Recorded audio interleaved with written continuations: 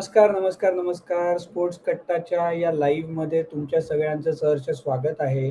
Sports कट्टाचा Alok Agashe आपल्याबरोबर आहे. मी आदित्य जोशी आहे. IPLची पहिली राउंड झालेली आहे. म्हणजे पहिली राउंड अशा ह्यानी म्हणतोय आम्ही, की प्रत्येक टीमची एक मॅच झालेली आहे. 10ही टीम एक मॅच खेळलेल्या आहेत. सुरुवात आहे आत्ताची फक्त. पण प्रत्येक टीमची झलक आपल्याला बघायला मिळालेली आहे. मोठी स्पर्धा आहे. आणि यावेळी असं ठेवलेलं आहे, की डबल हेडर्स पण खूप कमी दिवशी आहेत. त्याच्यामुळे बऱ्याच दिवशी एकच मॅच आहे. तर आता 5 दिवसात 5 मॅच झालेल्या आहेत. आलोक, कुठली मॅच सगळ्यात जास्ती इंटरेस्टिंग वाटली आणि काय वाटलं? मला पहिले तर कालची मॅच सगळ्यात जास्ती वाटली इंटरेस्टिंग, पंजाब आणि गुजरातची. त्यातल्या त्यात जरा थ्रिलर झाली. असं वाटत होतं आजची की काय 23 का 26 वर 4 आउट होतात तर लखनौ मॅच काढते का असं वाटत होतं. पण असंच मंत्र राहिलाय की टॉस जिंका मॅच जिंका. या IPLचा आतापर्यंत सगळ्या टीम्सने टॉस जिंकून चेस करून मॅचेस जिंकलेल्या आहेत. त्यामुळे असं वाटतंय आता तरी की टॉस जिंका मॅच जिंका प्रीमियर लीग आहे. फर्स्ट राऊंड मध्ये टू अर्ली. पण पंजाब गुजरातची मॅच मला वाटतंय त्यातल्या त्या सगळ्यात इंटरेस्टिंग झाली काल. तुला काय वाटतंय? अ, खरं आहे म्हणजे ॲक्चुअली सगळ्याच म्हणजे सरप्रायझिंगली ना IPLमध्ये असं कमी वेळा होतं, की सलग 5 मॅच झाल्या आहेत आणि बऱ्यापैकी वन साइडेड झाल्या आहेत. म्हणजे अशी कुठल्याच कॉम्पिटिशनमध्ये कालची पण मॅच इंटरेस्टिंग झाली म्हणजे ती पंजाबच्या लौकिकाप्रमाणे म्हणजे गेल्या सीझनच्या नाही, त्याच्या आधीच्या सीझनच्या हा. त्याच्या लौकिकाप्रमाणे त्यांनी ती इंटरेस्टिंग केली. ती पण मॅच काही अशी फार इंटरेस्टिंग नव्हती, पण पंजाबनी केली. त्याच्यापेक्षा मग आजची मॅच इंटरेस्टिंग झाली. कदाचित अजून एखादी विकेट गेली असती दिल्ली कॅपिटल्सची 7व्या-8व्या ओव्हरपर्यंत, तर आजची मॅच कदाचित इंटरेस्टिंग झाली असती. लखनौ व्हर्सेस दिल्ली. पण आता तरी तू म्हणालास तसं टॉस जिंका मॅच जिंका अशी लीग झालेली आहे. येस. पण आदित्य म्हणजे कुठला अनएक्सपेक्टेड रिझल्ट होता तुझ्या मते या पहिल्या 5 मॅचेस मध्ये, की बाबा हे अनएक्सपेक्टेडच होतं किंवा कुठली एकदमच वन साइडेड मॅच झाली? नाही विशेष. ॲक्चुअली सगळं तसं ना आत्तापर्यंत तरी बऱ्यापैकी एक्स्पेक्टेड लाईन्सवरतीच आलेत रिझल्ट्स.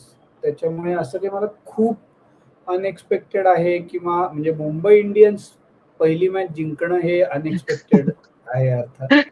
म्हणजे 13 वर्षात झालं नव्हतं ते यावर्षी झालंय.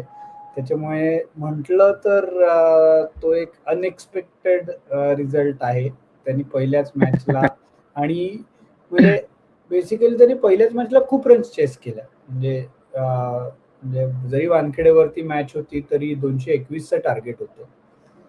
त्याच्यामुळे तो एक परफॉर्मन्स म्हणता येईल त्यांचा इतिहास बघता आणि तो सातत्यपूर्ण इतिहास बघता. अदरवाईज सगळे रिझल्ट्स तसे एक्स्पेक्टेड होते. इंटरेस्टिंग. मला चेन्नई सुपर किंग्सचा इतका वन साइडेड होईल असं वाटलं नव्हतं. ज्या पद्धतीने त्यांची बॅटिंग कोलॅप्सच झाली म्हणतं म्हणजे मला वाटलं होतं आणि सरफराज खानला प्लेइंग 11 मध्ये कदाचित संधी मिळेल, जे की शेवटी त्याला इम्पॅक्ट प्लेअर म्हणून मिळाली. कारण त्याचा सय्यद मुश्ताक अलीचा फॉर्म खूपच तगडा होता. बट म्हणजे चेन्नई सुपर किंग्सचा फॅन म्हणून मी पर्सनली थोडासा हताश आहे. पण आपल्यासमोर पण त्याचीच आहे की उजय दांडेकर म्हणतात चेन्नईला प्ले ऑफ मध्ये पोहोचायचं आता कठीण आहे की जवळजवळ अशक्य. त्यांचा खेळ आणि रणनीती बघून नका सांगू, फक्त तथ्य सांगा. एक मॅच आहे मला तरी वाटतंय आत्ताशी, त्यामुळे खूप खूप अजून मोठी टुर्नामेंट आहे नाही का आदित्य? खरंय. आणि फक्त तुझं सरफराजचं म्हणालास ना, सरफराज म्हणजे विकेट्स लवकर गेल्या आणि म्हणून तो इम्पॅक्ट प्लेअर म्हणून आला. Otherwise yes. वाटत नाही की त्यांचा नसता. प्लॅन होता सरफराजला आणण्याचा. म्हणजे ते ज्या प्रकारे घुसले त्या प्रकारे त्यांना तो ऑप्शन राहिला नाही की त्याला आणायचा का नाही. त्यांच्याकडे पर्यायच नव्हता.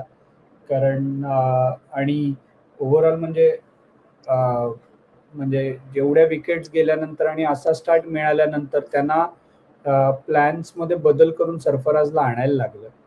आणि मला वाटतं की सगळ्या बॅट्समनमध्ये म्हणजे आता ओव्हरटननी रन्स केल्या आणि काहीतरी टार्गेट दिलं, पण तुलनेने सरफराजनी 12 बॉल 17 रन केल्या होत्या त्या मॅचमध्ये आणि तो बरा दिसत होता. आता जडेजाला काढलं. गंमत सांगतो की सरफराजच्या IPL डेब्यूला त्याची विकेट रवींद्र जडेजानेच घेतली होती CSK कडून. आणि आता IPL मधल्या कमबॅकमध्ये सुद्धा तो जडेजालाच आउट झाला आहे. छोटासा ट्रिव्हिया आहे.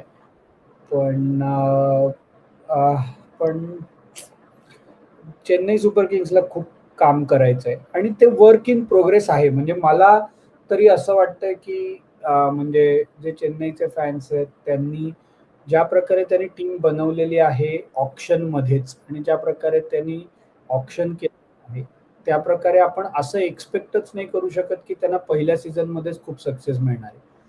तर त्याच्यामुळे मला तरी असं वाटतं की वर्क इन प्रोग्रेस आहे आणि मला अशी मनापासून इच्छा आहे की ऋतुराजला सगळ्याच्या सगळ्या मॅचेस कॅप्टन म्हणून मिळाव्या आणि मग आपण सीझनच्या शेवटी जज करावं त्यांच्या अख्ख्या टीमची प्रोग्रेस कशी होतीये. कारण आपण असं एक्सपेक्ट करणार असू की त्यांनी कार्तिक शर्मा असू दे, प्रशांत वीर असू दे किंवा आयुष म्हात्रे असू दे, उर्विल पटेल जो ही मॅच खेळला नाही तो असू दे, त्यांनी ज्या प्रकारे टीम बांधलेली आहे त्या प्रकारे त्यांची ही एका सीझनची टीम नाहीये, एका सीझन साठीची टीम नाहीये. त्याच्यामुळे त्यांना ते डेव्हलप करायचंय. तर त्याच्यामुळे आपण आणि त्या मॅचला म्हणजे बाकीच्या कुठल्याही मॅचमध्ये टीमला कॉम्पिटेटिव्ह राहता येणार होतं टॉस हरून सुद्धा. म्हणजे कॉम्पिटेटिव्ह राहण्याचा प्रयत्न करू शकली असती टीम, पण गुवाहाटीच्या त्या पिचवरती आणि त्या कंडिशन्समध्ये टॉस हरल्यावरती त्या मॅचमध्ये कॉम्पिटेटिव्ह राहणं फार अवघड होतं. त्याचाही परिणाम झाला आणि समोर जोफ्रा आर्चर असू दे किंवा आता त्याचं मला स्पेलिंग माहित नाही, बर्गर, तर जोफ्रा आर्चर असू दे, बर्गर असू दे, दोघेही 140-145च्या स्पीडनी बॉलिंग टाकत होते. अशा वेळी चॅलेंज होतं ऋतुराज आणि सॅमसन आउट झाल्यावरती नवीन बॅटिंग लाईनअपसाठी. त्याच्यामुळे मला तरी असं वाटतं की आपण फार लवकर जज नको करायला, वेळ द्यायला पाहिजे. आणि मला तरी असं वाटतं की चेन्नई सुपर किंग्ससाठी हा सीझन वर्क इन प्रोग्रेस आहे. इंटरेस्टिंग. कट्टेकरी तुमच्या आतापर्यंतच्या या पहिल्या 5 मॅचेस पैकी त्यातल्या तुमच्या टीमनी कसं परफॉर्म केलंय हे आम्हाला तुम्ही कमेंट करून सांगा. तुमची टीम मॅच जिंकली आहे का नाही आणि तुम्ही तुमच्या टीमच्या पहिल्या मॅचच्या कॉम्बिनेशन वरती खुश आहात का नाही हेही आम्हाला कमेंट करून सांगा. तसंच जर तुम्ही स्पोर्ट्स कट्टाचे व्हिडिओज बघत असाल तर स्पोर्ट्स कट्टाचे व्हिडिओज हे लाईक करायला विसरू नका आणि ते जास्तीत जास्त लोकांपर्यंत सुद्धा शेअर करायला विसरू नका. आणि स्पोर्ट्स कट्टाला सबस्क्राईब सुद्धा करा. युट्यूबचा सबस्क्रिप्शन ऑप्शन हा पेड नसतो. आमचा जो मेंबरशिप ऑप्शन आहे तो पेड आहे. त्याच्यामध्ये आम्ही एक्सक्लुझिव्ह मेंबर्स ओनली लाईव्ह आणि वॉच अलॉंग सेशन सुद्धा घेऊन येत असतो. तो तुम्हाला ऑप्शन माहित नसेल तर तुम्ही तो सुद्धा नक्की एक्सप्लोर करू शकता.